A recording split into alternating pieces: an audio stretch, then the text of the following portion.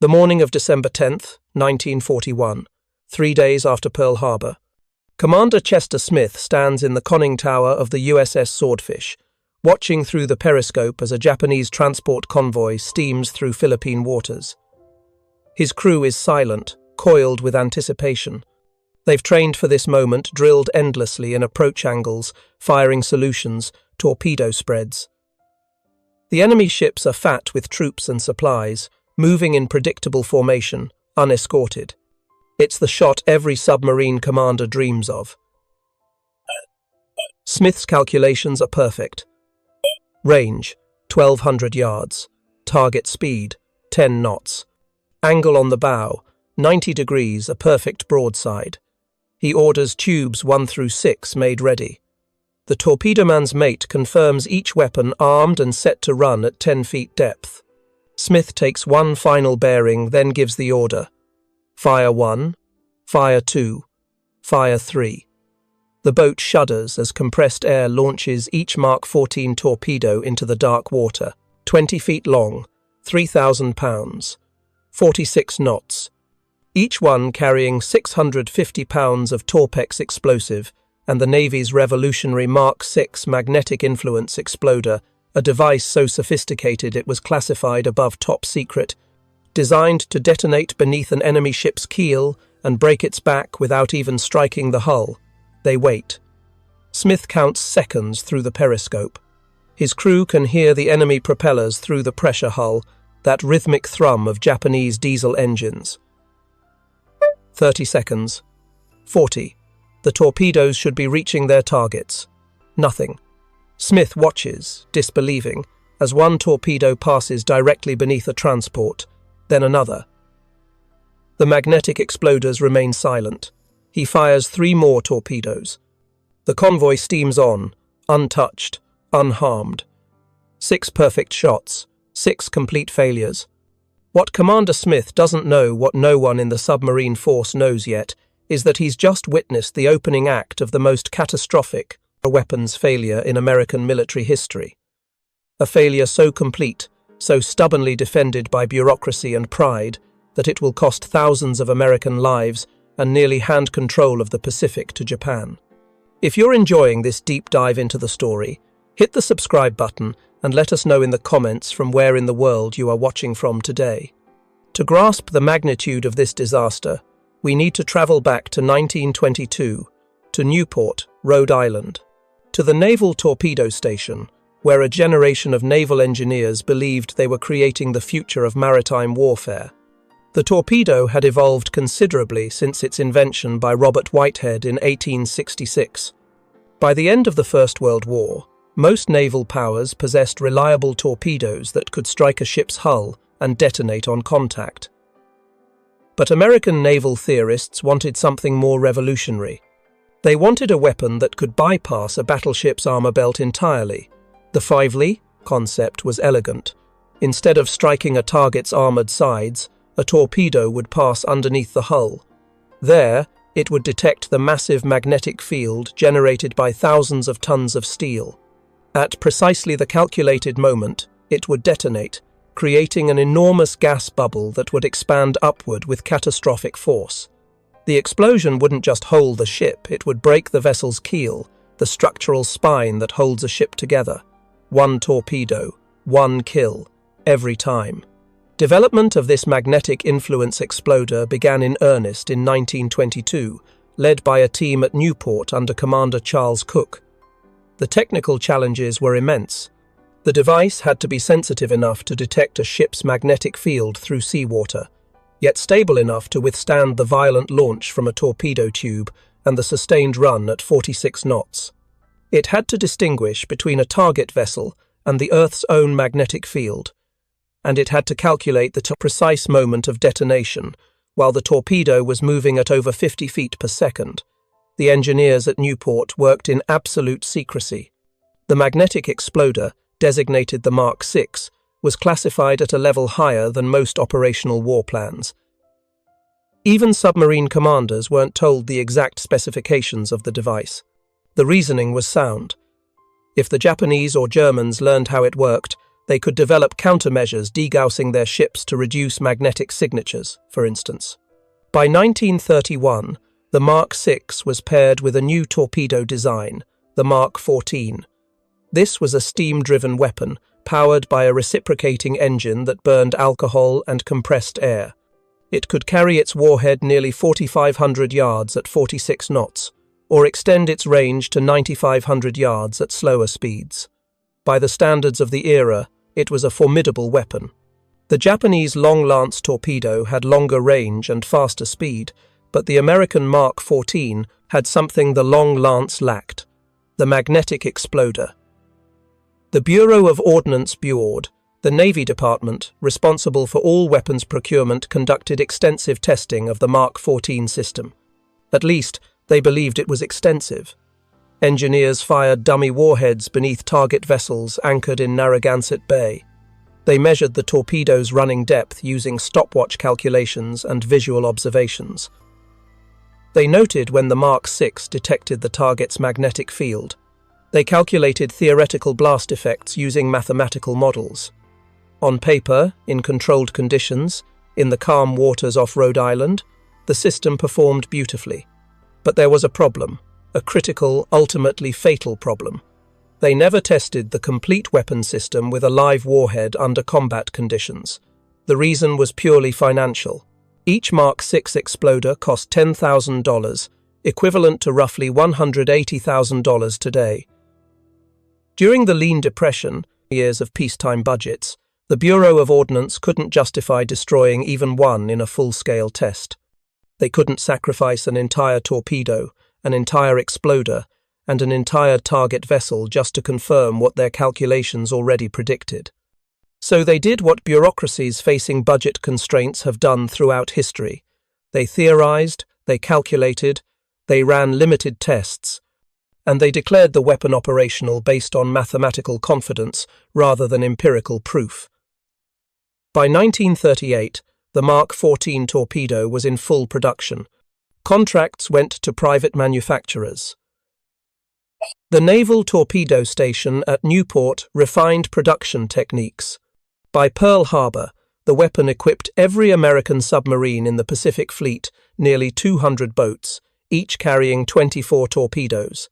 That's roughly 4,800 perfect weapons, distributed across the submarine force. The submarine community embraced the Mark XIV with genuine enthusiasm. These were professional naval officers, most of them Annapolis graduates, trained in engineering and physics. They understood the theory behind magnetic influence detonation. They appreciated the elegance of the design. More importantly, they believed in American technological superiority. The United States had pioneered aviation, revolutionized industrial production, and led the world in engineering innovation. Of course, American torpedoes would be superior to Japanese weapons.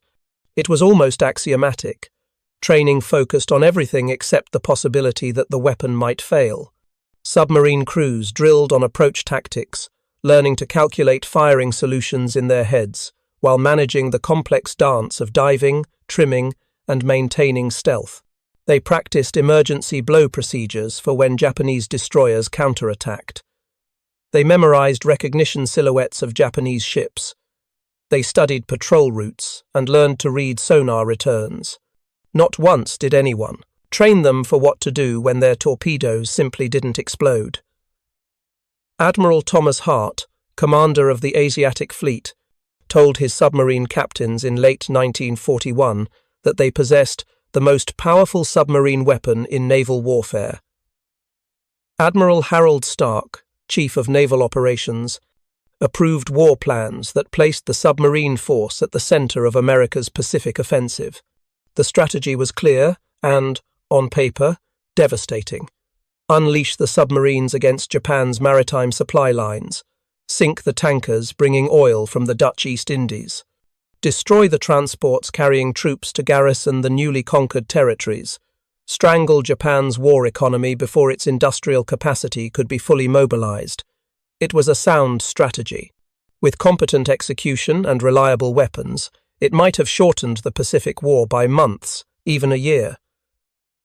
The Japanese home islands were utterly dependent on imported resources: oil from the Dutch East Indies, rubber from Malaya, rice from Indochina, food from Manchuria. Every one of these supply lines was vulnerable to submarine interdiction. Japan's merchant marine, though substantial, wasn't large enough to absorb sustained losses. The empire had conquered vast territories, but lacked the maritime strength to defend the sea lanes connecting them. American submarines could have made that conquest worthless, if only the torpedoes had worked. December 7th, 1941. Pearl Harbor. The Arizona burns. The Oklahoma capsizes. The West Virginia settles into the mud. 2,400 Americans dead. The Pacific Fleet's battleship line is shattered. Admiral Chester Nimitz arrives to take command of what remains. He surveys the wreckage with the analytical calm that will define his leadership throughout the war. Yes, the battleships are gone, but the carriers Enterprise, Lexington, Saratoga were at sea and survived. The submarine base is intact. The fuel storage farms are untouched. The machine, shops, the dry docks, the repair facilities, all operational. Most importantly, the submarine force is ready for war. Nimitz embraces a strategy born of necessity. Until the surface fleet can be rebuilt, submarines will carry America's offensive into Japanese waters. The plan is aggressive, even audacious. Rather than wait for the enemy to come to them, American submarines will hunt Japanese shipping from Tokyo to Singapore. They'll operate in enemy-controlled waters, penetrate harbour defences, and sink everything that floats. The submarine community responds with fierce determination. These men have trained for years for this moment. They're volunteers. Submariners are always volunteers, and they represent the elite of the naval service. Many are Annapolis graduates. All have passed rigorous psychological and technical evaluations. They understand the risks. Submarine warfare is inherently dangerous. But they also believe they possess superior training, superior tactics, and superior weapons. Within days of Pearl Harbor, submarines are deploying on war patrol. They slip out of Pearl Harbor and head west toward Japanese-controlled waters. Each boat carries her full load of 24 Mark 14 torpedoes. Each commander has his orders: sink enemy shipping, disrupt Japanese supply lines, make them pay for Pearl Harbor. The first patrol reports begin arriving in January 1942, and something is immediately, obviously wrong. USS Skipjack, patrolling off the Japanese home islands in late December, encounters a tanker.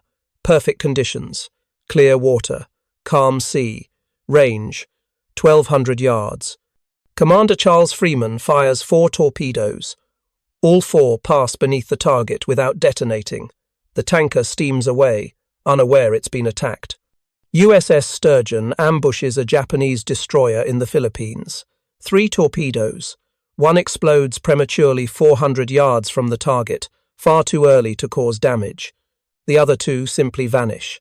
The destroyer counterattacks with depth charges. Sturgeon survives but accomplishes nothing. USS Sargo stalks a convoy for 3 days, finally achieving perfect firing position. 7 torpedoes fired in a carefully calculated spread. 0 hits. Not 0 sinking hits, 0 hits of any kind. The torpedoes apparently pass beneath the targets or run off course. USS Seawolf experiences something even more disturbing. Commander Frederick Warder fires at a freighter from close range and clearly hears his torpedo strike the target's hull. A distinctive metallic clang transmitted through the water. No explosion. The freighter continues on. Warder surfaces later and examines his last remaining torpedo. The warhead appears intact. Everything looks normal. By February 1942, the pattern is unmistakable. Something is systematically wrong with the Mark 14 torpedo. Submarine commanders are returning from patrol, not with victory pennants flying, but with bitter, detailed after-action. Reports describing failure after failure. They describe perfect firing solutions wasted. They describe hearing torpedoes strike enemy hulls without exploding. They describe watching their sophisticated weapons pass harmlessly beneath targets. or detonate prematurely, or simply disappear into the Pacific. The submarine force is hemorrhaging opportunities. Every failed attack means another Japanese ship delivering troops, fuel, ammunition. Every wasted torpedo means another chance for Japanese destroyers to counterattack with depth charges. Men are dying not in the glorious surface engagement they imagined, but in dark steel tubes filling with seawater, crushed by depth charge concussions, drowning in darkness. And here's where the story takes a turn into something almost Kafkaesque, almost impossible to believe. The Bureau of Ordnance in Washington doesn't believe the submarine commanders. The official response is stunning in its condescension. Rear Admiral William Spike Blandy, chief of the Bureau of Ordnance, reviews the patrol reports and concludes that the problem is not the weapon. The problem is the men firing them. Buord issues a directive in February 1942 that essentially accuses submarine commanders of incompetence. The torpedoes, the directive states, are performing exactly as designed. The failures must be due to incorrect depth settings, poor approach angles, inadequate fire control calculations, or premature detonation of the Mark VI exploder caused by the submarine's own magnetic field. The Bureau offers refresher courses in torpedo firing procedures. They send out instructional bulletins explaining proper firing doctrine. They remind commanders that the Mark XIV is a precision instrument that requires precise handling. What they don't do, what they refuse to do, is admit the possibility that the weapon itself is flawed. You have to understand the institutional mindset at work here. The Mark XIV torpedo represented 2 decades of research, engineering, and development. Careers had been built on its success, reputations staked. The senior officers at Buord had personally overseen its development. To admit the weapon was fundamentally flawed was to admit that their life's work, their professional judgment, their technical expertise, all of it was inadequate, so they didn't admit it. Instead, they blamed the operators. It's a pattern we see repeated throughout history. When a complex system fails, institutions protect themselves by blaming the humans interacting with the system rather than examining the system itself. Meanwhile, in the Pacific, submarine commanders are approaching a breaking point. Consider the psychological pressure these men faced. They're hunting enemy ships in hostile waters, hundreds of miles from friendly forces. Every approach to a target risks detection. Every attack invites counterattack. Depth charges are brutally effective against submarines. Even a near miss can shatter gauges, rupture seals, crack pressure hulls. The margin for error is non-existent, and they're doing all this with weapons they cannot trust. Lieutenant Commander Lawson Red Ramage of the USS Trout becomes so frustrated with torpedo failures that he begins deliberately setting his weapons to run shallower than prescribed, violating direct orders from Buord, risking court-martial. His reasoning is grimly pragmatic. If the torpedoes are running deeper than their settings indicate, then setting them shallow might cause them to run at the correct depth. It's troubleshooting through insubordination. It works, sometimes. Trout's success rate improves marginally, but Ramage is still operating with incomplete information. He doesn't know why the torpedoes are running deep. He doesn't know about the other failures waiting to ambush him. Commander Dudley, Mush Morton of the USS Wahoo, develops a radically different approach. Surface attacks.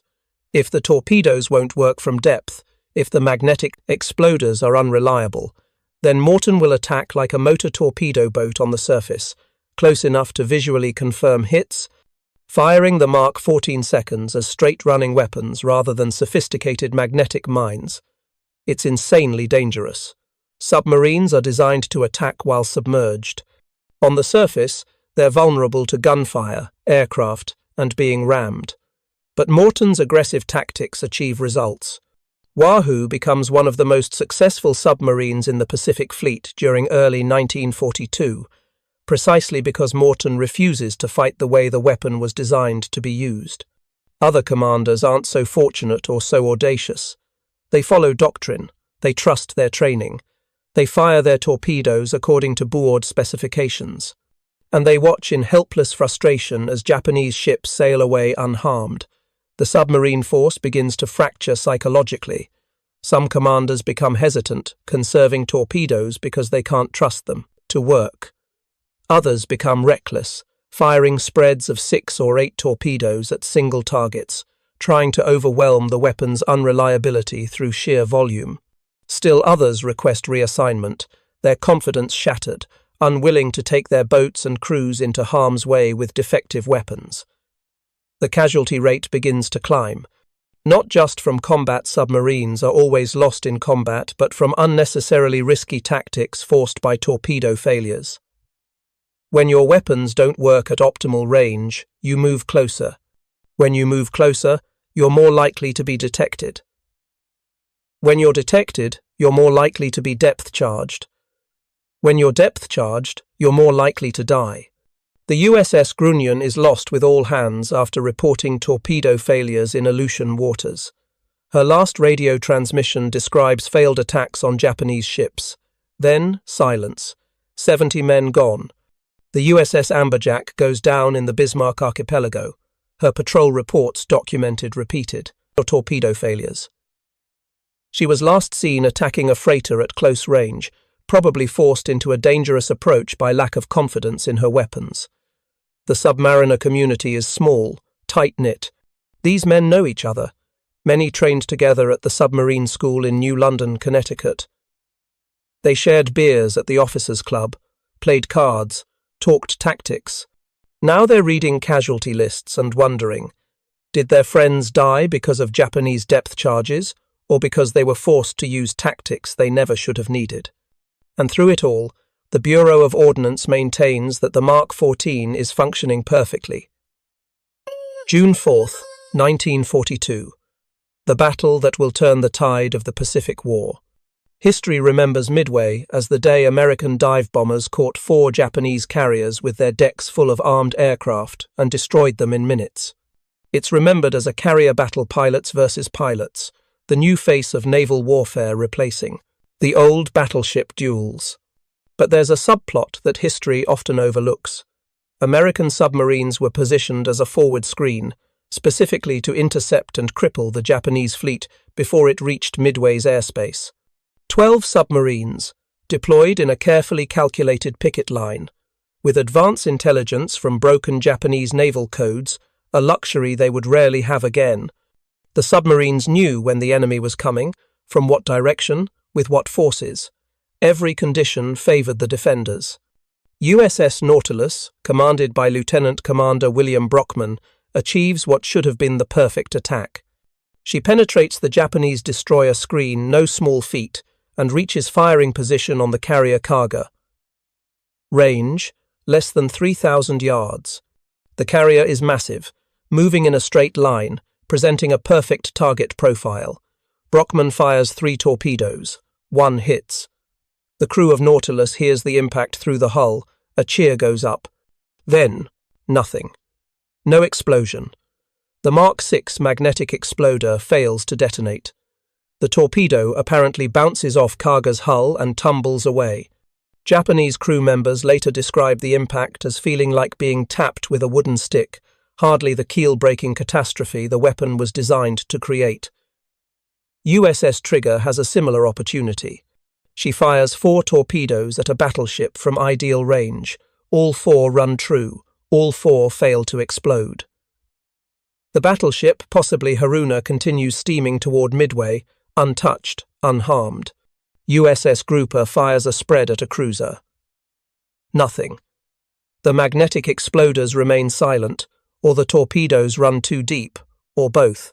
In the end, American submarines at the Battle of Midway fire approximately 30 torpedoes at Japanese fleet units. They achieve exactly 0 sinking hits. Their contribution to the battle is nil.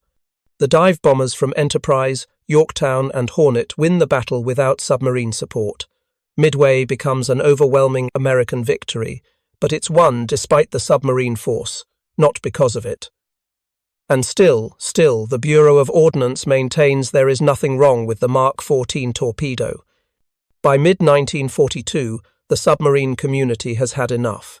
individual commanders begin conducting unauthorized tests, risking their careers to understand what's failing. Commander John Jock Haynes of the USS Growler, operating in the Aleutians, deliberately fires a torpedo into a reef just to observe what happens. It detonates. The exploder can work. But why so inconsistently? Other commanders start sharing patrol reports through informal channels, circumventing the official chain of command. They meet in small groups at the submarine base and compare notes. Patterns begin to emerge. Torpedoes fired in the cold northern waters of the Aleutian campaign seem to fail more frequently than those fired in tropical waters. Why? Is the Mark VI exploder sensitive to temperature variations that weren't accounted for in testing? Torpedoes fired at shallow draft vessels, destroyers, destroyer escorts, even submarines fail at a much higher rate than those fired at deep draft capital ships. Why? Could the magnetic exploder be calibrated incorrectly for different hull depths? Even when torpedoes physically strike targets confirmed by the distinctive sound of metal-on-metal impact, they often fail to explode. Why? Is there a second failure mode beyond the magnetic exploder? These aren't stupid men. They're trained engineers and tactical thinkers. They're identifying multiple distinct failure modes: depth control problems, magnetic exploder unreliability, and contact exploder failure. They're trying to tell Buord that the Mark XIV has at least 3 separate defects, but the Bureau of Ordnance won't listen. The bureaucratic stonewalling reaches its peak in August 1942, when Admiral Charles Lockwood, commander of submarines Pacific Fleet, decides to force the issue. Lockwood is different from most flag officers. He came up through the submarine service, commanded boats himself, understands the weapon systems intimately. More importantly, he trusts his commanders. When men like Morton and Ramage and Brockman say the torpedoes aren't working, Lockwood believes them. He orders a formal controlled test at the submarine base in Pearl Harbor. The test is methodical and undeniable. Fire Mark XIV torpedoes beneath a net tender anchored in the harbor, with depth measurement equipment rigged to track the torpedo's actual running depth. The results are damning. The torpedoes run an average of 11 feet deeper than their depth settings indicate. 11 feet. Think about what that means. A destroyer typically has a draft the depth from waterline to keel of 14 to 16 feet. If a torpedo is set to run at 10 feet depth, it should pass just beneath the destroyer's hull, close enough for the magnetic exploder to detect the steel mass above it. But, if the torpedo actually runs at 21 feet, it passes far beneath the target, too deep for the exploder to register anything. On deep draft targets like battleships or large transport ships with drafts of 30 feet or more, the error matters less. The torpedo might still pass close enough to trigger the magnetic exploder, but on the destroyers and light cruisers that make up most Japanese convoy escorts, the torpedoes are passing underneath entirely, too deep to be effective. Lockwood sends the test results to Buord with a detailed report. He expects immediate action, perhaps a recall of all Mark XIV torpedoes for depth recalibration, or at least an acknowledgement of the problem and authorization to make field modifications. Instead, he gets bureaucratic denial. The Bureau of Ordnance disputes the test methodology. They suggest that perhaps water density in the Pacific differs from water density in the Atlantic, where the original testing was conducted. They imply that Lockwood's measuring equipment might be faulty. They question whether the test conditions accurately reflected combat conditions. They refuse to acknowledge that the torpedo runs deep. It's gaslighting on an institutional scale. Lockwood has provided empirical proof, gathered under controlled conditions, using proper scientific methodology. And Buord simply, Lockwood faces a choice. He can continue arguing with Washington, submitting reports and waiting for bureaucrats to act while Japanese shipping moves unmolested through the Pacific, or he can take matters into his own hands. In September 1942, Admiral Lockwood issues an order that amounts to mutiny: deactivate the Mark VI magnetic exploder, turn it off. Use only the contact exploder, the backup detonation system that's supposed to fire when the torpedo physically strikes a target's hull. It's an extraordinary decision. Lockwood is countermanding the Bureau of Ordnance's direct orders.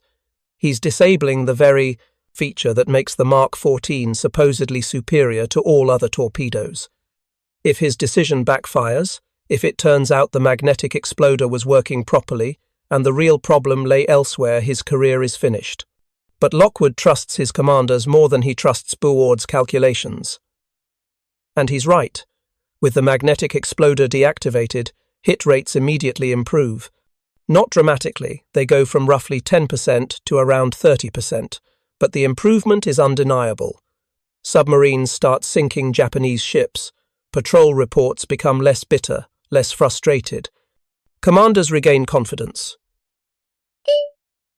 For a brief moment, it seems like the problem is solved. July 1943, nearly 2 years into the war.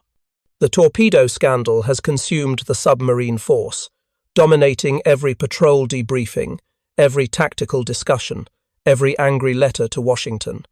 With the magnetic exploder disabled, submariners are relying entirely on the contact exploder, the Mark 14's backup detonation system. This should be foolproof. It's a relatively simple mechanical device. When the torpedo's nose strikes a target, a firing pin drives forward and triggers the detonator. Basic physics, basic chemistry. There's no sophisticated magnetic sensing, no complex calculations, just impact and explosion. Except it doesn't work. Commanders begin reporting a new pattern of failures. Torpedoes strike targets at perpendicular angles, perfect, textbook hits, and fail to explode. Submarine crews hear the distinctive clang of metal striking metal, transmitted through the water, followed by nothing. The torpedoes tumble away like duds. The USS Tinosa, under Commander Lawrence Dan Daspit, experiences the most maddening failure of the war. July 24, 1943. Tinosa is patrolling near Truk Lagoon, Japan's major forward naval base in the Caroline Islands. Daspit spots a target that makes every submariner's heart race, the Tonan Maru No. 3, a whale, factory ship displacing 19,000 tons.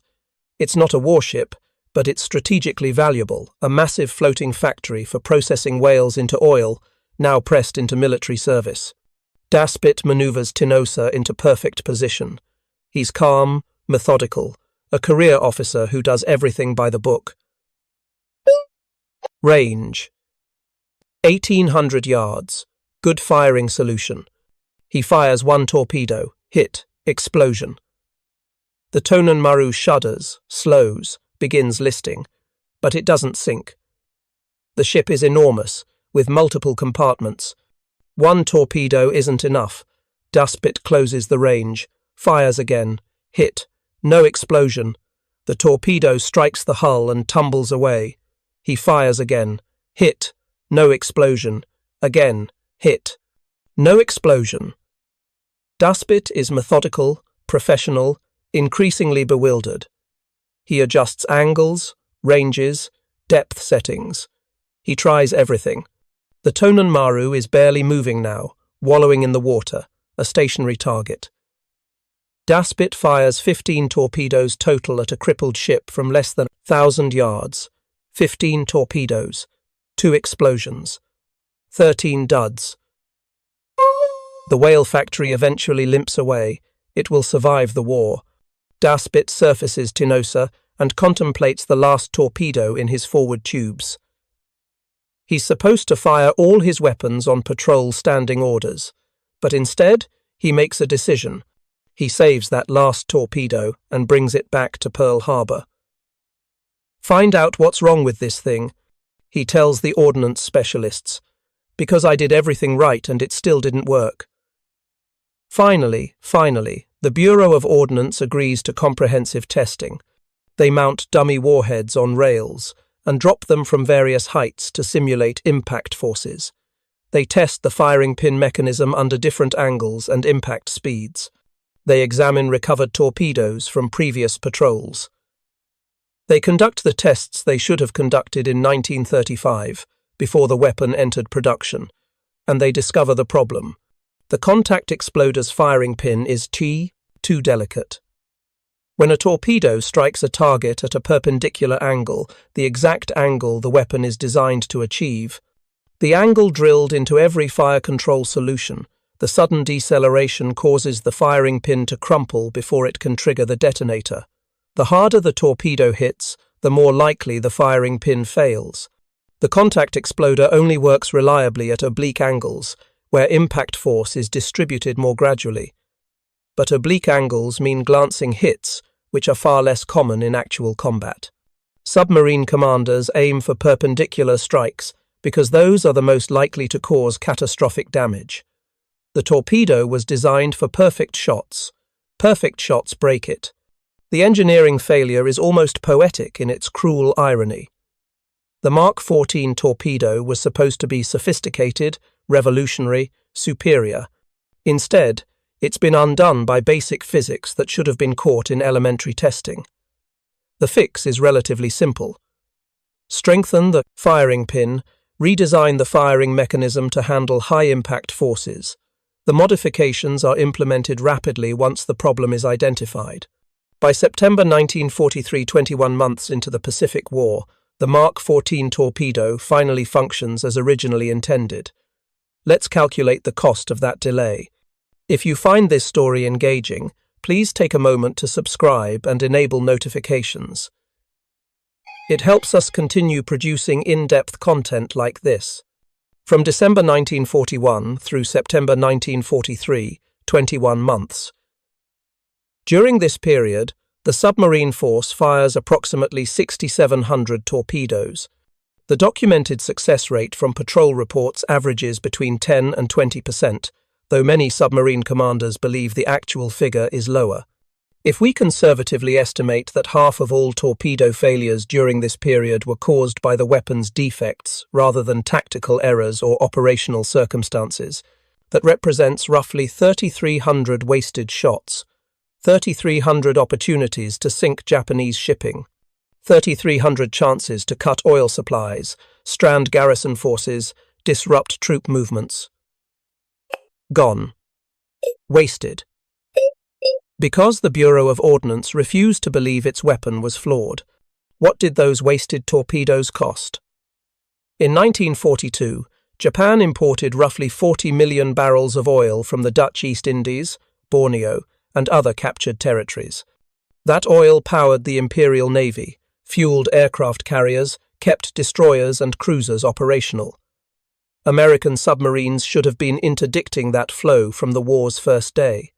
Instead, tanker after tanker reached Japan unmolested because the torpedoes didn't work. That oil eventually fueled Japanese aircraft at Guadalcanal, where Marine Corps aviators fought desperate battles against overwhelming numbers. It powered the ships that transported reinforcements to New Guinea, prolonging the Snight, brutal jungle campaign there. It kept Japanese carrier groups operational through mid-1942, allowing them to threaten Allied positions across the Southwest Pacific. Consider troop movements. Throughout 1942 and early 1943, Japan reinforced its Pacific garrisons, sending soldiers to Rabaul, to the Solomon Islands, to New Guinea, to the Gilbert Islands. Those troops traveled on transports that American submarines should have been sinking. Instead, the soldiers reached their destinations, dug in, fortified defensive positions. When American forces invaded Tarawa in November 1943, they encountered nearly 5,000 entrenched Japanese troops, supported by extensive fortifications. The battle cost over 1,000 American lives in 76 hours of brutal fighting. How many of those Japanese defenders reached Tarawa on transports that sailed past American submarines firing defective torpedoes? We'll never know precisely. But the connection is inescapable. The same calculus applies to Saipan, to Peleliu, to Iwo Jima. Every fortified island that cost American lives was fortified by troops and supplies that traveled by sea. Every one of those supply lines was vulnerable to submarine attack. Every failed torpedo was another ton of concrete, another case of ammunition, another artillery piece that reached its destination and eventually killed Americans. The strategic cost extends beyond individual battles. The Pacific War's fundamental dynamic was industrial, America's vast productive capacity grinding down Japan's limited resources. But that dynamic required time. Time for factories to build ships, aircraft, tanks. Time for training programs to create pilots, soldiers, marines. Time for the industrial mobilization to reach full capacity. An effective submarine campaign from December 1941 onward might have collapsed Japan's war economy a year earlier. Oil imports strangled, food supplies severed. The home islands facing starvation by late 1943 instead of mid-1945. The war shortened by months, possibly a year. How many lives would that have saved? Not just American lives, though those matter enormously. How many Japanese civilians would have been spared the firebombing campaigns of 1945? How many Chinese, Filipino, Indonesian, and Malayan civilians would have escaped Japanese occupation sooner? How many prisoners of war in camps across Asia would have survived if the war ended earlier? These calculations are necessarily speculative. We can't replay history with functional torpedoes and measure the difference. But the broad outlines are clear. The Mark 14's failures prolonged the war, cost lives, and gave Japan breathing room it should never have had.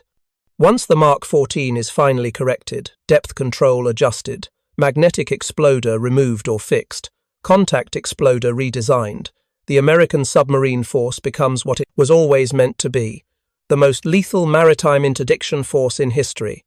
From late 1943 through August 1945, American submarines systematically destroy Japan's merchant marine. They sink 1,178 merchant vessels totaling over 5 million tons.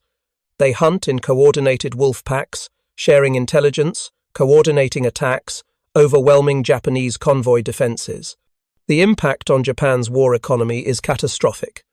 Oil imports drop from 40 million barrels in 1942 to fewer than 10 million in 1944 to virtually zero by mid-1945. Without oil, the combined fleet stays in port. Training programs for pilots shut down, there's no fuel for practice flights. Industry slows to a crawl. Food imports collapse similarly. Japan imported significant rice from Indochina and Korea to supplement domestic production.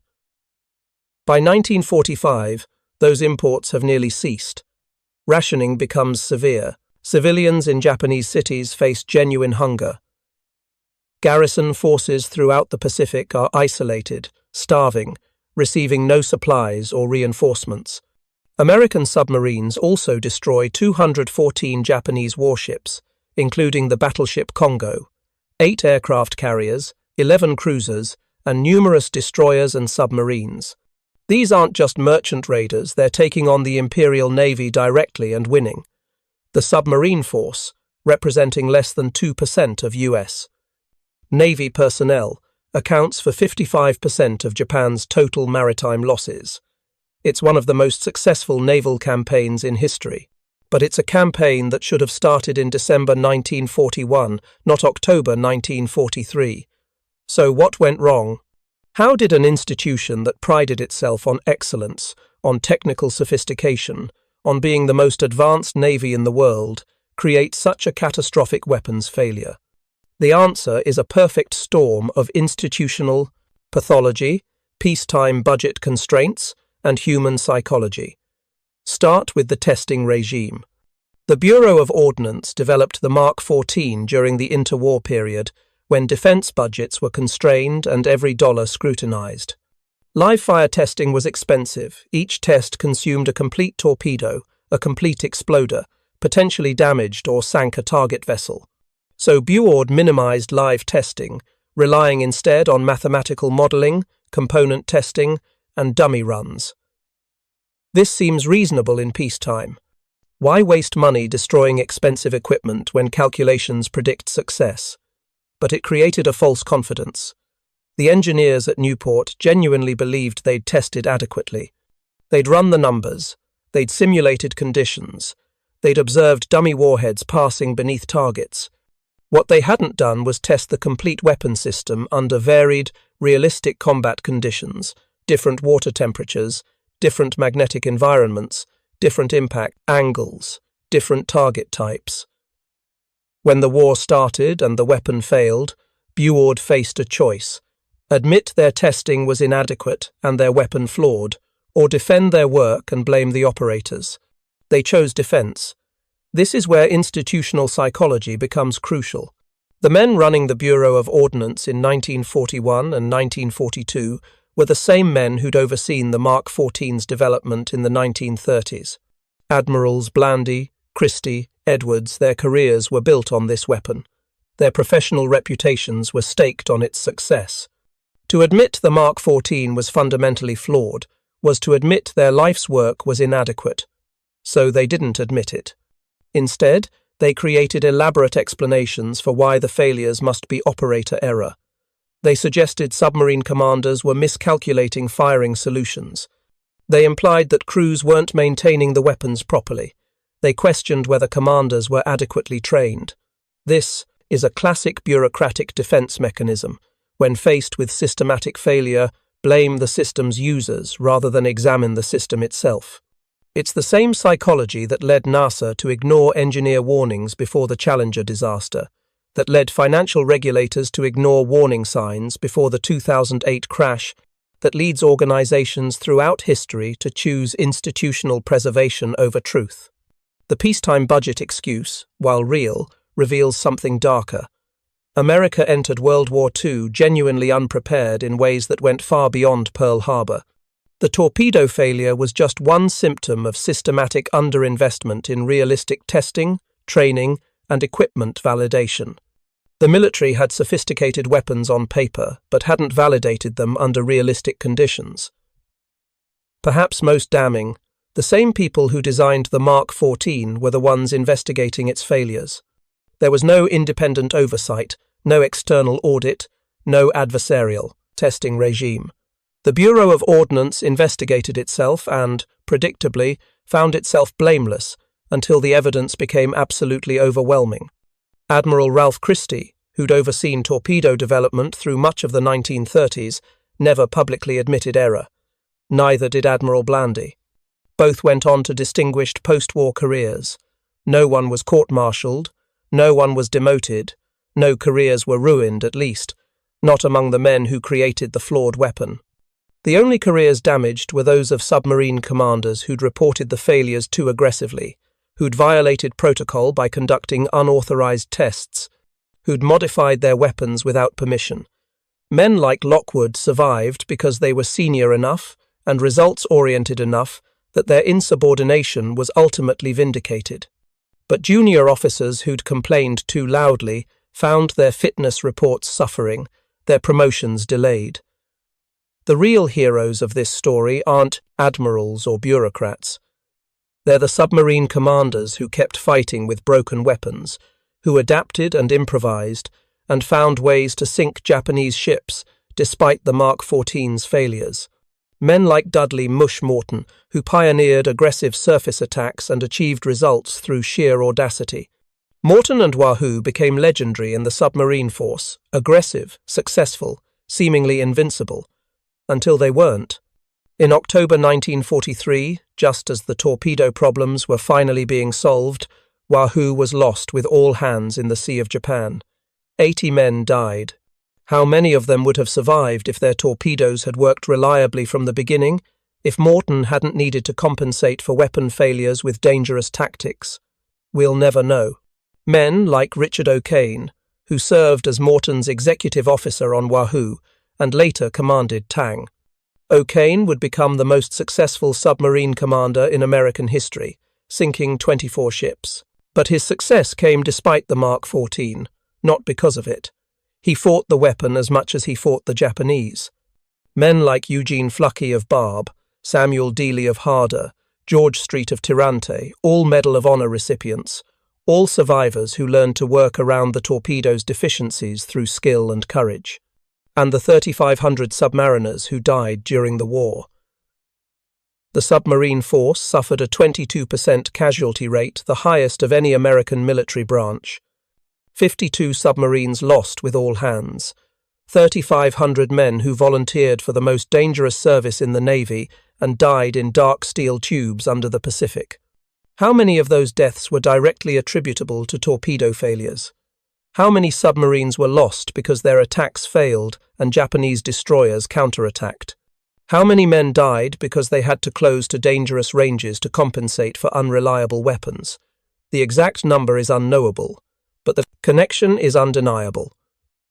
There's a display at the Naval Undersea Museum in Keyport, Washington. It shows a Mark 14 torpedo, sectioned lengthwise to reveal its internal mechanisms. The steam engine, the gyroscope, the depth control system, the warhead, the Mark 6 magnetic exploder, now deactivated and preserved as a museum piece. Next to it sits a simple plaque with statistics. Torpedoes fired, ships sunk, casualties suffered.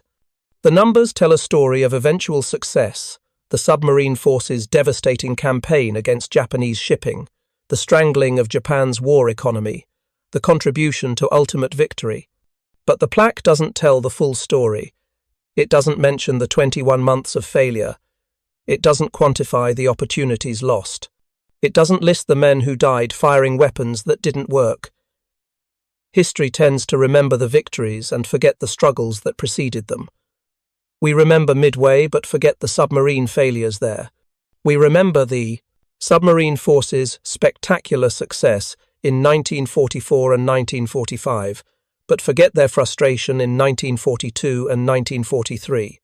The Mark 14 torpedo ultimately worked. It helped win the war. American submarines proved devastatingly effective once their primary weapon functioned reliably. But it didn't have to be that way. The weapon could have worked from the beginning. The testing could have been adequate. The bureaucracy could have listened to field reports and acted quickly. Instead, institutional pride and budgetary constraints created a 2-year delay that cost thousands of lives and prolonged the war. There's a broader lesson here, one that extends far beyond World War II or even military procurement. Complex systems fail in complex ways. When they fail, institutions face a choice: examine the system honestly or protect institutional reputation by blaming users. Throughout history, institutions have consistently chosen preservation over truth until evidence becomes overwhelming. The Mark 14 torpedo scandal is a case study in this dynamic. The Bureau of Ordnance had every incentive to defend the weapon and every disincentive to admit error. Individual careers depended on the torpedo's success. Institutional prestige was at stake. Admitting failure meant admitting that America's vaunted technological superiority was partly illusory. So they didn't admit it, not until submarine commanders forced the issue through insubordination, unauthorized testing, and eventually undeniable empirical evidence. The pattern repeats. The Challenger disaster, where NASA ignored engineer warnings because launch schedules mattered more than safety concerns. The financial crisis, where regulators ignored warning signs because admitting systematic risk meant challenging the institutions they were part of. Even today, in software development, in medical devices, in infrastructure projects, complex systems fail and institutions protect themselves by blaming operators rather than examining design. The Mark 14 torpedo teaches us that expertise can become arrogance, that theoretical validation isn't the same as empirical testing, that bureaucracies will choose self-preservation over truth unless forced to do otherwise. It also teaches us about the courage required to challenge institutional authority. Admiral Lockwood risked his career by deactivating the magnetic exploder. Commander Daspit risked court-martial by bringing back an unfired torpedo. Dozens of submarine commanders violated protocol by conducting unauthorized tests and sharing information outside official channels. They were right. The institution was wrong. But being right didn't protect them. Only results did. In the end, the Mark 14 torpedo story is about the collision between theory and reality, between institutional authority and empirical truth. The Bureau of Ordnance believed deeply in their weapon because they designed it, tested it, and invested years in its development. Submarine commanders didn't believe in theories, they believed in what they observed through periscopes, heard through pressure hulls, recorded in patrol reports.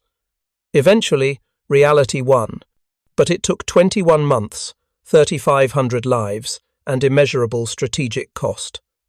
The Japanese admirals who planned their great surface battles never got the climactic engagement they desired. American carrier aviation, not battleship gunnery, decided the Pacific War, but in a strange way, the Japanese were fortunate. If American submarines had been armed with functional torpedoes from December 1941 onward, the Imperial Navy might never have reached those carrier battles at all. Japanese fleet units might have been torpedoed in transit. Supply lines might have collapsed within months. The war might have ended before most of the famous battles ever occurred. Instead, because of defective magnetic exploders and crumpling firing pins and torpedoes that ran 11 feet too deep, Japan got 2 extra years to fight. 2 years that cost millions of lives across the Pacific, all because the Bureau of Ordnance couldn't admit its perfect weapon wasn't perfect. The Mark 14 torpedo eventually became what it was supposed to be, a devastating weapon that helped strangle Japan's war economy and contributed significantly to Allied victory. But it's worth remembering that the path to that success was paved with failure, frustration, and unnecessary death. Sometimes the greatest threat doesn't come from the enemy. Sometimes it comes from within, from pride, from bureaucracy, from the inability to admit error until it's almost too late. The men of the Silent Service learned that lesson in the hardest way possible. They went to war with a technological marvel and discovered they'd been armed with duds. They adapted, they persevered, and they ultimately prevailed, but they shouldn't have had to. Thank you for watching. For more detailed historical breakdowns, check out the other videos on your screen now, and don't forget to subscribe. The conference room in the Oberkommando der Wehrmacht headquarters smells of stale cigarette smoke and desperation. It is late October, 1944, and the men gathered around the polished mahogany table represent what remains of Germany's strategic planning apparatus. Major General Alfred Jodl stands before a map of the Pacific Theatre, his pointer moving across the vast blue expanses marked with tiny islands, Tarawa, Kwajalein, Saipan, Peleliu. The names mean nothing to most Germans, but to these officers, they represent something far more terrifying than distant American victories. They represent a system, a methodology, a way of conducting warfare that, when turned toward Europe, could deliver 100,000 fresh troops to the continent every 7 days. The room falls into an uncomfortable silence as Jodl finishes his presentation. No one speaks, because what can be said? The mathematics are irrefutable. The Americans have invented something unprecedented. Military history, not a weapon, not a tactic, but an industrial process for conquering territory. And now, with France liberated and the Rhine within striking distance, every man in this room understands that this same process, refined across thousands of miles of Pacific Ocean, is about to be applied to the heart of Europe with the reduced logistics of a channel crossing measured in hours rather than weeks. One officer, Colonel Werner Kripe, breaks the silence with a question that sounds almost absurd in its simplicity. Can we stop it? Jodl does not answer immediately. He looks down at his notes pages filled with production figures, shipping tonnages, landing craft inventories. Finally, he speaks. We cannot stop what we cannot match. And we cannot match this. If you're enjoying this deep dive into the story, hit the subscribe button and let us know in the comments from where in the world you are watching from today. To understand how German strategic planners arrived at this moment of mathematical despair, we must first understand what they were observing in the Pacific and why it represented not just a tactical challenge, but an existential threat to everything they believed about warfare. The story begins not in 1944 but 2 years earlier, in August of 1942, when American Marines landed on a steaming jungle island called Guadalcanal. The campaign was messy, prolonged, and nearly disastrous. The Americans learned bitter lessons about amphibious warfare, jungle combat, and the tenacity of Japanese defenders who would rather die than surrender. But something else happened on Guadalcanal, something that would prove far more significant than any single battle. The United States began treating the Pacific War not as a series of battles to be won through tactical brilliance, but as an industrial problem to be solved through systematic application of overwhelming material resources. The transformation was not immediate. In those early months, American forces struggled with inadequate supplies, contested supply lines, and the very real possibility of defeat. But even as Marines fought desperately to hold Henderson Field, even as naval battles raged in the waters offshore, the machinery of American industry was already spinning up to address every deficiency, every shortcoming, every lesson learned in blood on those jungle trails. By 1943, the system had begun to take shape. The Gilbert Islands operation in November of that year saw the assault on Tarawa Atoll, where Marines encountered the most heavily fortified positions they had yet faced. The battle was brutal, more than 1,000 Marines killed in 76 hours of fighting for an island 2 miles long and 800 yards wide. But even this costly assault revealed the emerging methodology. The pre-invasion bombardment involved 3 battleships, 5 cruisers, and 9 destroyers, firing more than 3,000 tons of high explosives. Carrier aircraft dropped hundreds of tons of additional ordnance. The invasion force included not just the assault troops, but specialized units for engineering, medical support, shore party operations, and logistics. Every ship, every plane, every man had a specific function in a carefully orchestrated sequence of events. The Japanese defenders fought with extraordinary courage. They inflicted severe casualties, but they lost. Not because they lacked determination or skill, but because they were facing an enemy that could absorb those casualties, learn from the experience, adjust tactics and equipment, and return with even greater force at the next objective. The Americans lost ships at Tarawa. They modified naval gunfire procedures. They lost men to underwater obstacles. They developed specialized demolition teams and improved amphibious vehicles. Every problem identified became a problem to be solved through engineering, training, or industrial production. German military observers, reading intelligence reports and analyzing captured American planning documents, began to recognize something unprecedented. The Prussian military tradition, which had deeply influenced German strategic thinking, emphasized the decisive battle, the Vernichtungsschlacht, where superior generalship and tactical execution could destroy an enemy army and force a political resolution. The German campaigns in Poland and France had been modern embodiments of this tradition, but the American approach in the Pacific bore no resemblance to this model whatsoever. The Americans were not seeking decisive battles. They were conducting what might be called industrial siege warfare on a continental scale. Each island assault followed a nearly identical pattern: isolate the objective through naval and air supremacy, conduct overwhelming preliminary bombardment, land assault forces with massive fire support, establish supply lines, construct forward bases, and move to the next objective.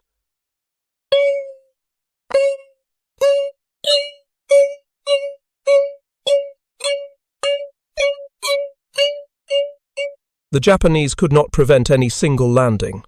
They could make each landing costly, but they could not prevent the next landing, or the one after that, or the systematic reduction of their entire defensive perimeter. By the summer of 1944, the system had reached maturity. Operation Forager, the invasion of the Mariana Islands, demonstrated American capabilities at a scale that shocked even those German analysts who had been tracking Pacific operations closely. The assault on Saipan began on June 15, 1944, just 9 days after the Normandy landings in Europe. This was itself significant. The United States was conducting 2 major amphibious operations, separated by half the globe, simultaneously. The Saipan invasion force consisted of more than 300 ships and 800 aircraft. In the first 24 hours, 71,000 troops came ashore. This was not a raid. This was not a limited objective operation. This was the transplantation of an entire field army, complete with armor, artillery, logistics, and medical support, across 130 miles of ocean. The Japanese defenders numbered approximately 30,000 men, well entrenched, supplied with artillery and tanks, determined to resist to the death. They were annihilated in 3 weeks of fighting. But Saipan was only one objective. Simultaneously, American forces assaulted Tinian and Guam. The total landing force for all 3 islands exceeded 136,000 men. By any historical standard, these were massive operations. Yet, American strategic planning documents captured by German intelligence revealed that these operations were not straining American capacity. They were routine applications of an established system. The German analysts compiled detailed reports. They studied shipping manifests, construction schedules for landing craft, training cycles for amphibious units, industrial production, figures for everything from naval vessels to jeeps. The numbers were staggering. American shipyards were producing 1 Liberty ship, a 10,000-ton cargo vessel, every 24 hours. Landing ship tanks, the specialized vessels that could beach themselves and disgorge armor and vehicles directly onto hostile shores, were being built at a rate that exceeded German production of all ship types combined. The naval construction figures were particularly alarming. The United States was completing 1 Essex-class fleet aircraft carrier approximately every 6 weeks. These were not small ships. They displaced 30,000 tons and carried over 90 aircraft. In the same period, Germany was struggling to complete a single heavy cruiser. The Escort carrier program, which produced smaller carriers for convoy protection and amphibious support, was delivering 1 ship per week.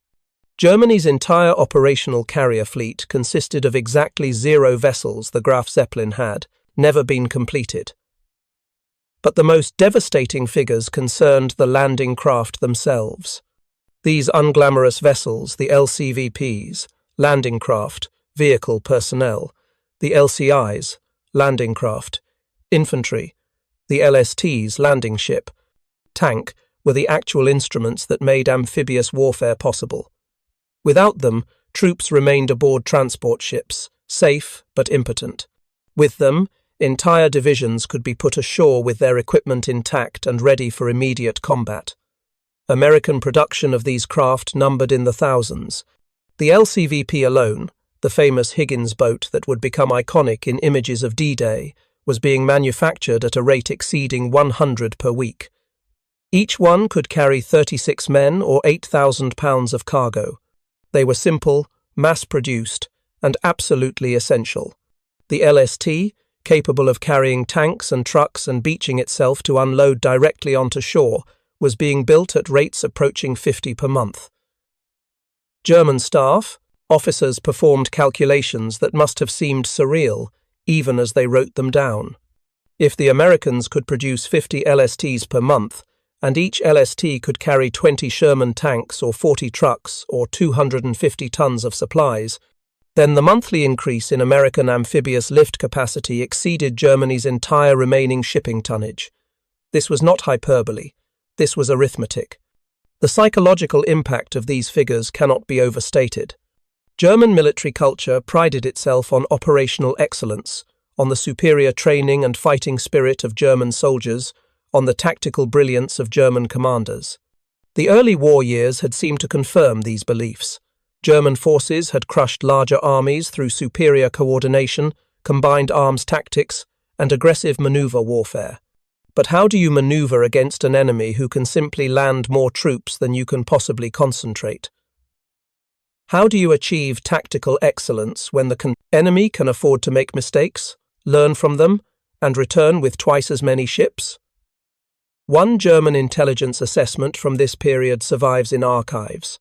The language is clinical, professional, but the implications are devastating.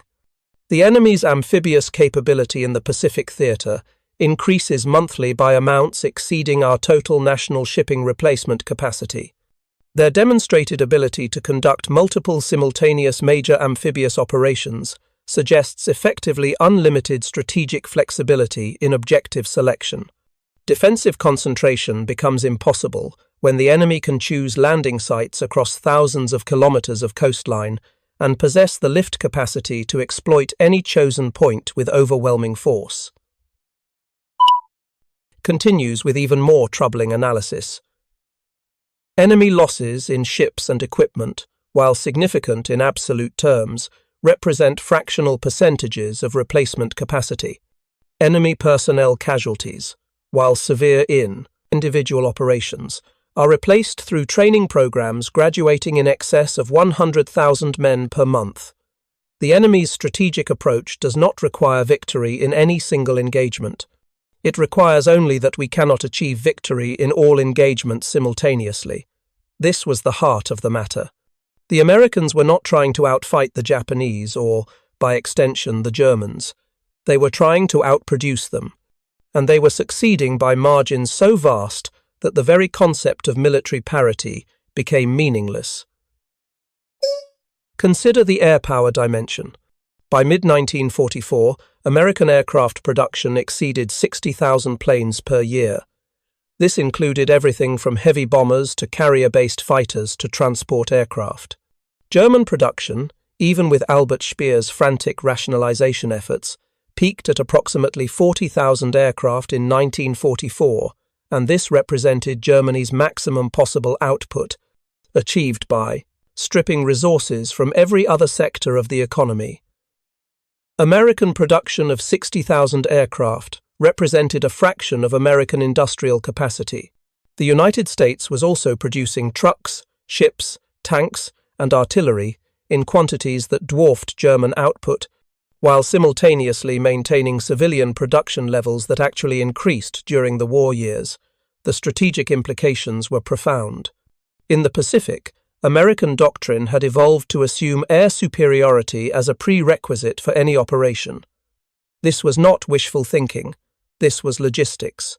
Before any invasion, the Americans would establish forward airfields, bring in aircraft, and systematically eliminate Japanese air power through attrition. The Japanese could not replace their losses. The Americans could. Therefore, American air superiority was not a tactical advantage to be won through superior piloting, though American pilots were increasingly well-trained, but a mathematical certainty to be achieved through overwhelming numerical advantage. The same logic applied to every other aspect of the Pacific campaign. Naval superiority? The Japanese began the war with 10 carriers.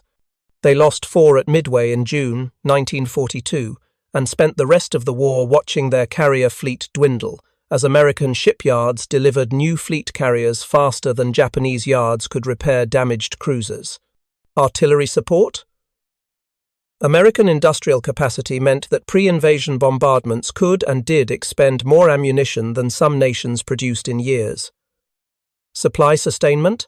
American logistics meant that troops ashore had access to fresh food, medical supplies, and ammunition in quantities that seemed almost wasteful by the standards of every other combatant nation. German planners studying these Pacific operations recognized that every advantage the Americans enjoyed in the Pacific would be magnified in a European context. The distances were shorter, the supply lines were simpler. The forward bases were already established in Britain, which had been transformed into an enormous military depot.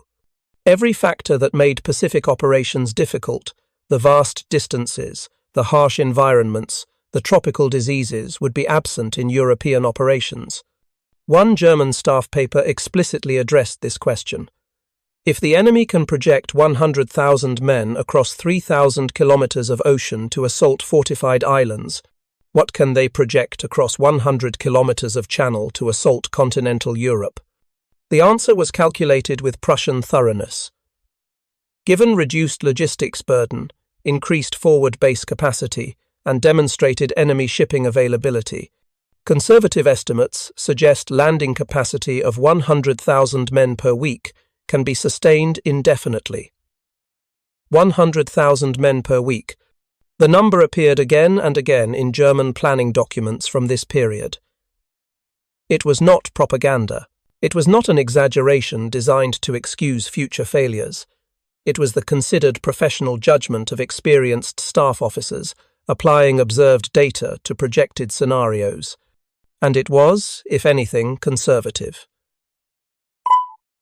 The Normandy landings in June 1944 provided immediate confirmation of these fears. On D-Day itself, June 6th, 156,000 Allied troops landed across 5 beaches. By the end of the first week, 326,000 troops were ashore, along with 54,000 vehicles and 104,000 tons of supplies. By the end of June, 850,000 troops had been landed. These were not theoretical calculations. These were actual, observed figures that German commanders watched unfold in real time. The scale was staggering even by the standards of the Eastern Front, where armies numbering in the millions had clashed for years. But the Eastern Front had been supplied by rail lines, roads, and captured facilities.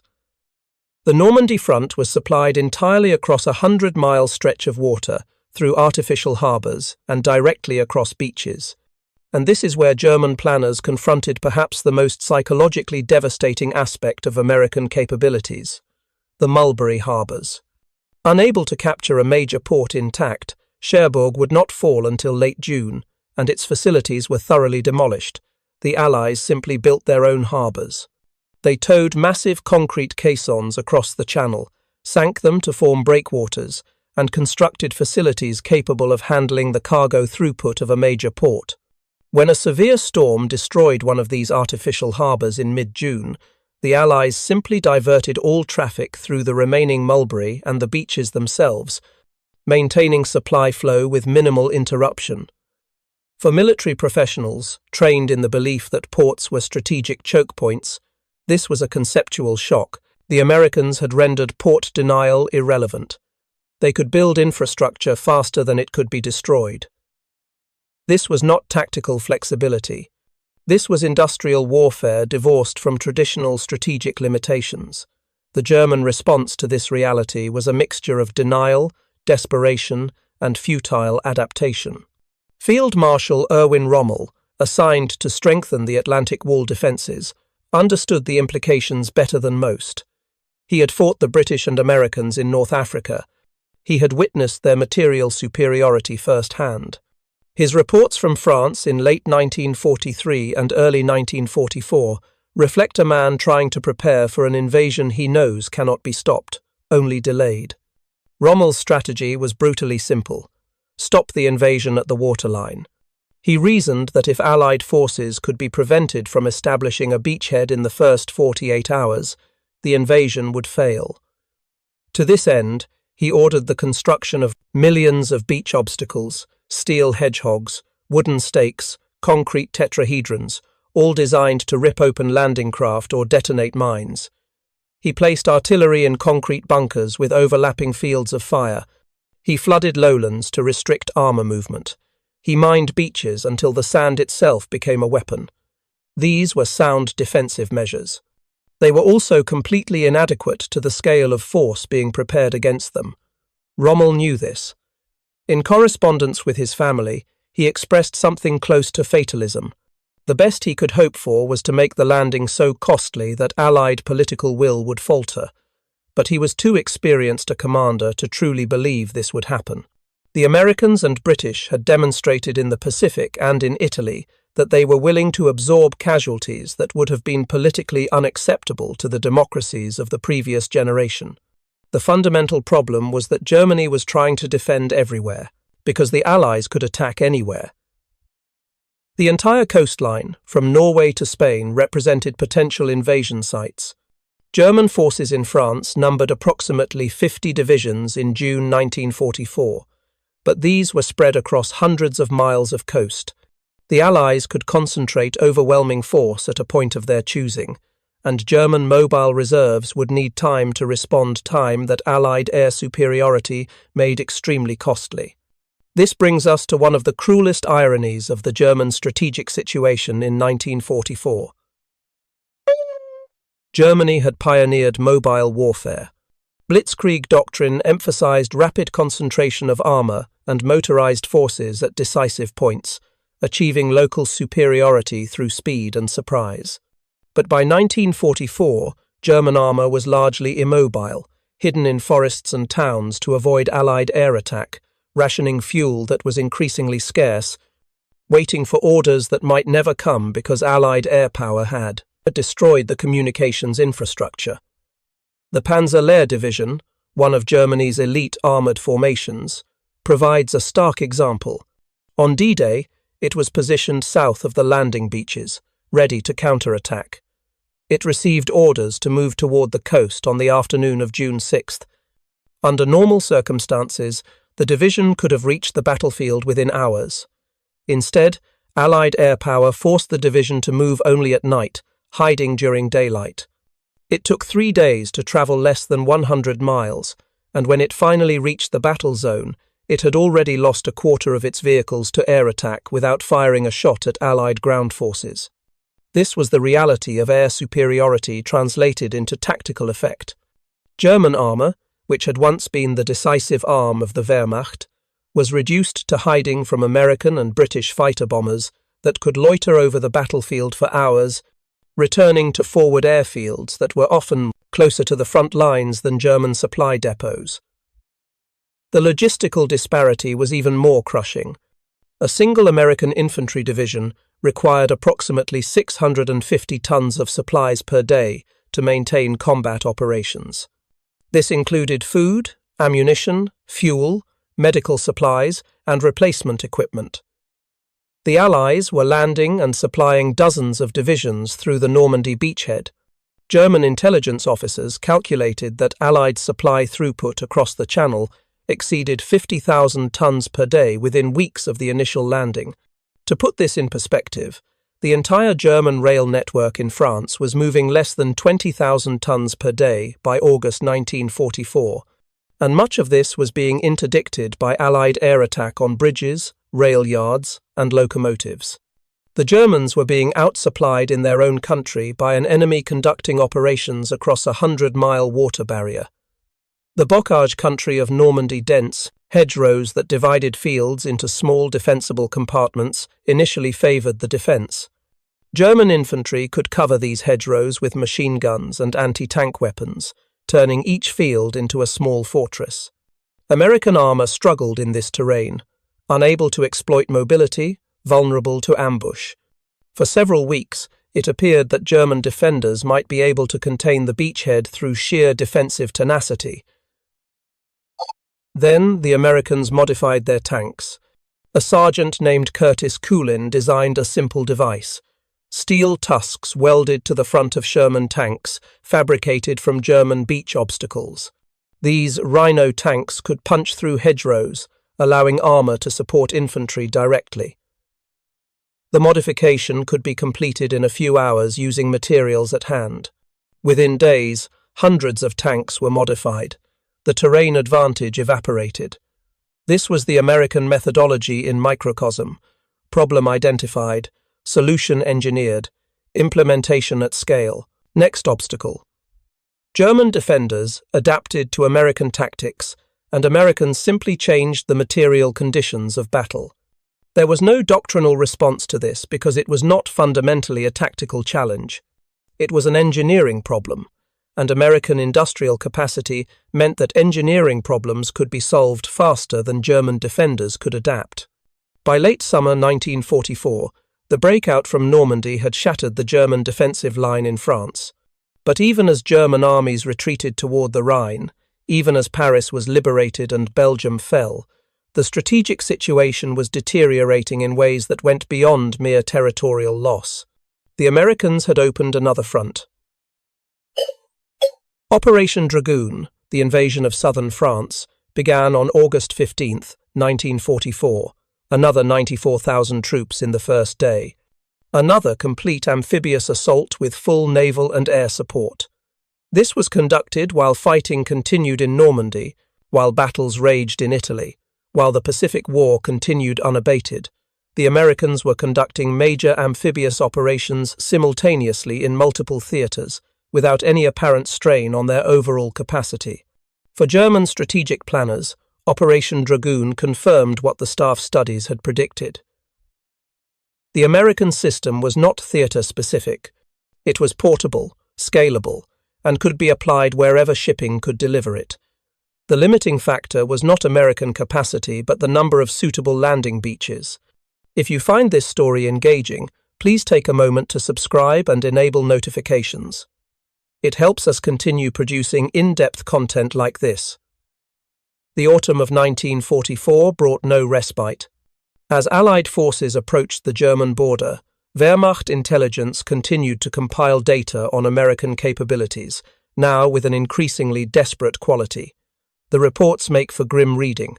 One assessment from October 1944 notes that American forces in Europe numbered over 2 million men, with more arriving weekly. American supply dumps in France contained stocks sufficient to sustain operations for months, even if no additional supplies crossed the Channel. American air forces were conducting 1,000 bomber raids on German cities and industrial centers, with a regularity that made strategic planning almost impossible. The report includes a particularly devastating section on replacement capacity. Enemy ground forces casualties, while not insignificant, are being replaced at rates exceeding loss rates by factors of 2 to 1 or greater. Enemy Air Force losses, which are substantial in absolute numbers, represent fractional percentages of training pipeline output. Our own replacement system, by contrast, is delivering partially trained personnel in numbers insufficient to maintain unit strengths. This was the war of attrition that Germany could not win. German casualties on all fronts, Eastern, Western, Italian Balkan, were exceeding 600,000 men per month by late 1944. Replacement pools were being filled with teenagers and men in their 40s, given abbreviated training, equipped with whatever weapons were available. Meanwhile, American training camps were processing 100,000 new soldiers per month through programs that lasted 16 weeks and produced infantry with standardized equipment and doctrine. The quality gap was widening in favor of the Americans. Early in the war, German soldiers had possessed advantages in training, combat experience, and leadership.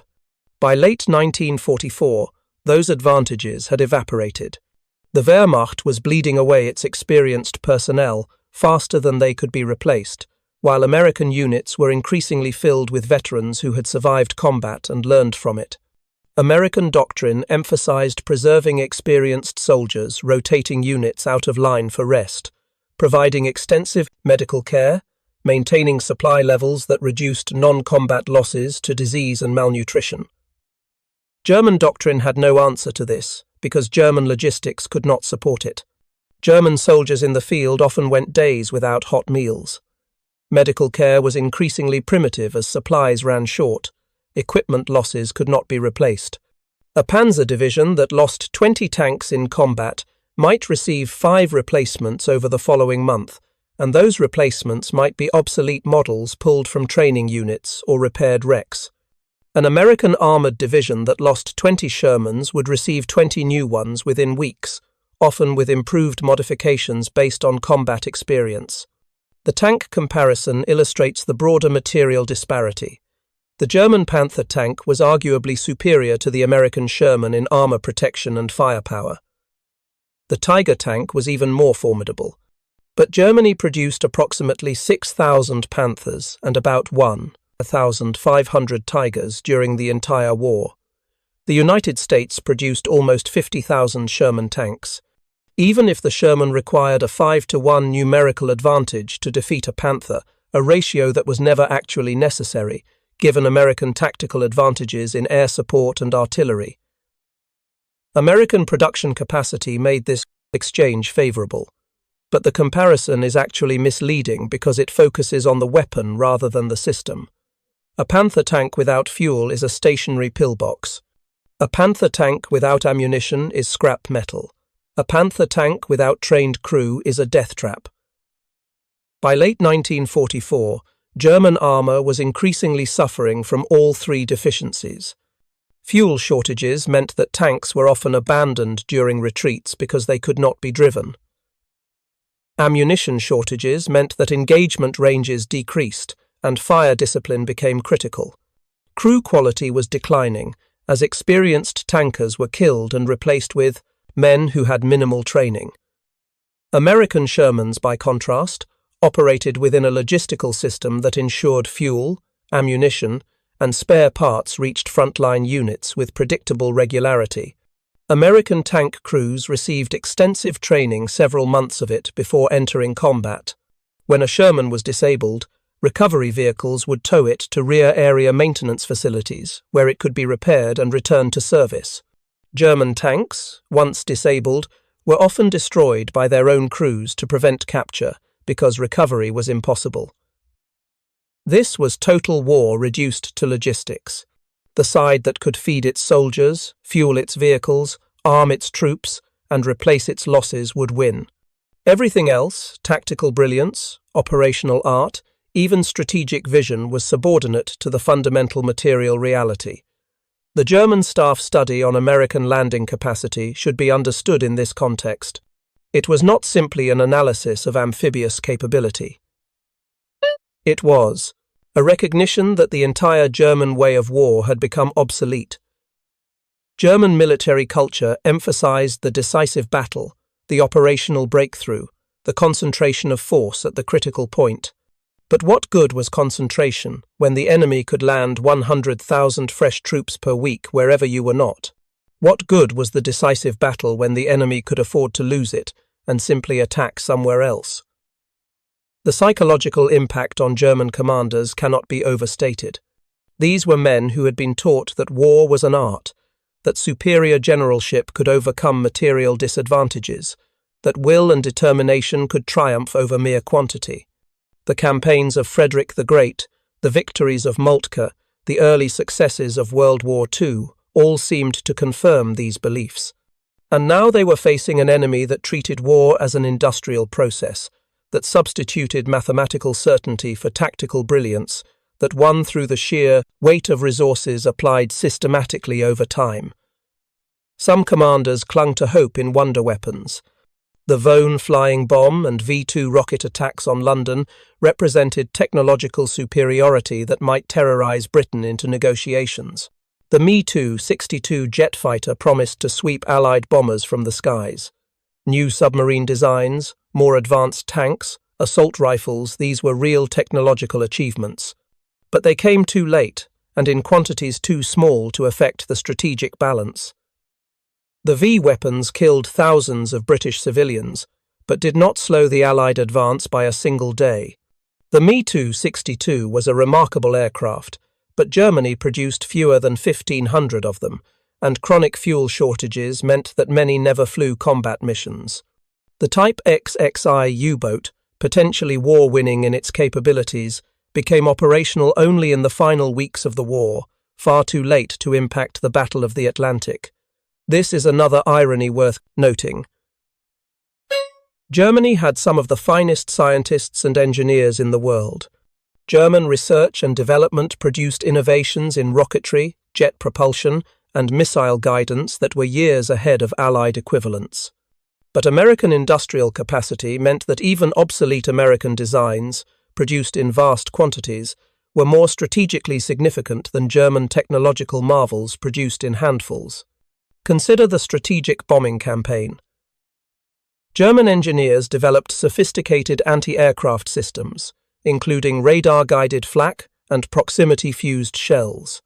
These were effective. Allied bomber losses were substantial, but American production meant that for every bomber shot down, 2 more rolled off assembly lines. The 8th Air Force could lose 50 bombers in a single raid, 500 men killed or captured, and conduct an even larger raid 3 days later. This was not because American lives were considered cheap. It was because American industrial capacity made such losses sustainable in pursuit of strategic objectives. German industry had no equivalent margin. Every fighter plane lost was a fighter plane that could not be replaced quickly enough. Every experienced pilot killed represented training investments that could not be recovered. By late 1944, Luftwaffe pilots were entering combat with as little as 30 hours of flight training. American pilots typically received more than 400 hours of training before seeing combat. The quality disparity was so severe that it essentially ended the Luftwaffe as an effective fighting force, regardless of how many aircraft remained on paper.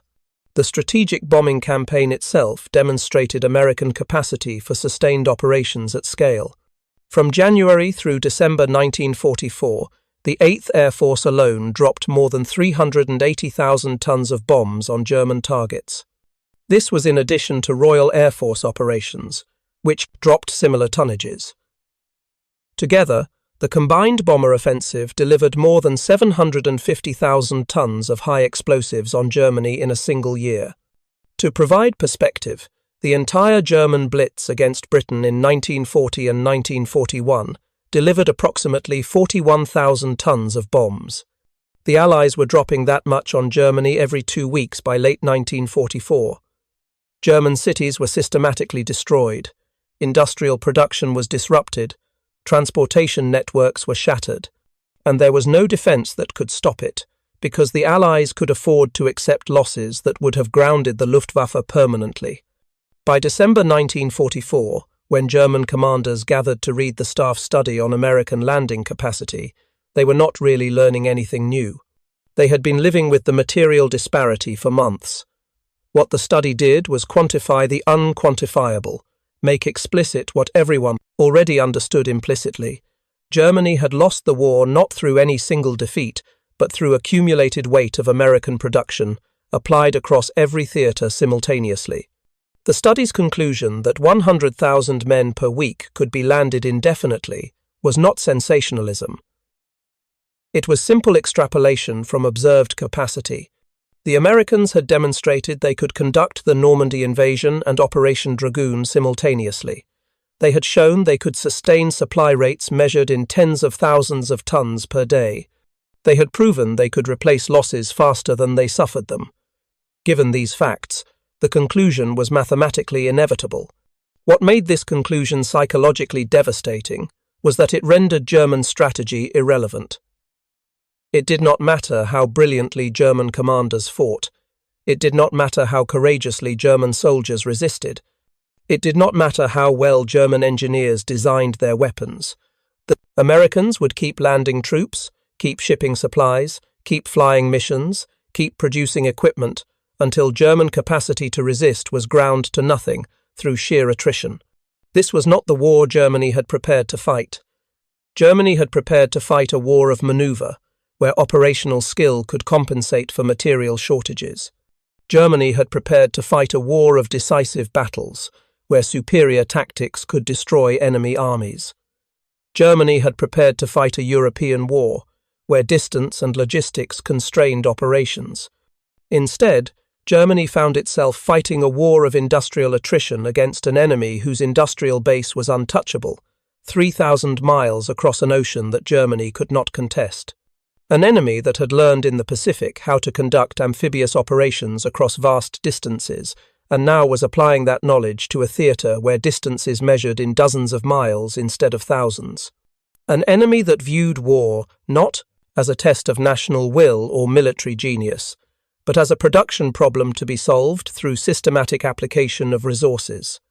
The German staff officers who compiled the study on American landing capacity were not defeatists. They were professionals, attempting to provide accurate assessments to their superiors. But the mathematics permitted no optimistic interpretation. If the Americans could land 100,000 men per week, and German replacement capacity was running at less than 70,000 men per month across all fronts, then the arithmetic of defeat was inescapable. Some readers might wonder whether these figures were known to German leadership, whether Hitler or the High Command understood the magnitude of the material disparity. The evidence suggests they did, but that ideological conviction overrode rational assessment. Hitler repeatedly spoke of wonder weapons that would reverse the war's trajectory. He insisted that Allied unity would fracture, that America would tire of casualties, that Britain could be terrorized into negotiations. These were not assessments based on material reality. They were wishes masquerading as strategy. The professional military leadership knew better, but was powerless to act on that knowledge. By late 1944, strategic decision-making was firmly in Hitler's hands, and dissent was treated as treason. Field commanders who reported accurate assessments of German weakness were relieved of command. Staff officers who suggested strategic withdrawals to more defensible lines were accused of defeatism. The entire command structure was paralyzed by a leadership that refused to acknowledge reality. And so German forces continued to fight with diminishing resources against growing Allied strength. In the west, American and British armies approached the Rhine. In the east, Soviet forces were already fighting on German soil. In Italy, Allied forces ground forward against determined resistance. In the air, German cities burned. And every week, more American troops arrived in Europe, fresh, well-equipped, backed by supply systems that seemed limitless. The December 1944 German counteroffensive in the Ardennes, the Battle of the Bulge, represents a final attempt to apply traditional operational art against American material superiority. The plan was classically German. Concentrate forces at a weak point, achieve breakthrough, drive to a strategic objective, disrupt enemy plans, force negotiations. On paper, it was sound. In execution, it revealed how completely the nature of warfare had changed. The offensive achieved tactical surprise and initial success. German armor drove deep into American lines, surrounding the town of Bastogne and creating a dangerous salient. But the offensive depended on capturing American fuel supplies, because German logistics could not sustain operations beyond a few days. When American defenders denied those supplies, German tanks literally ran out of fuel and were abandoned.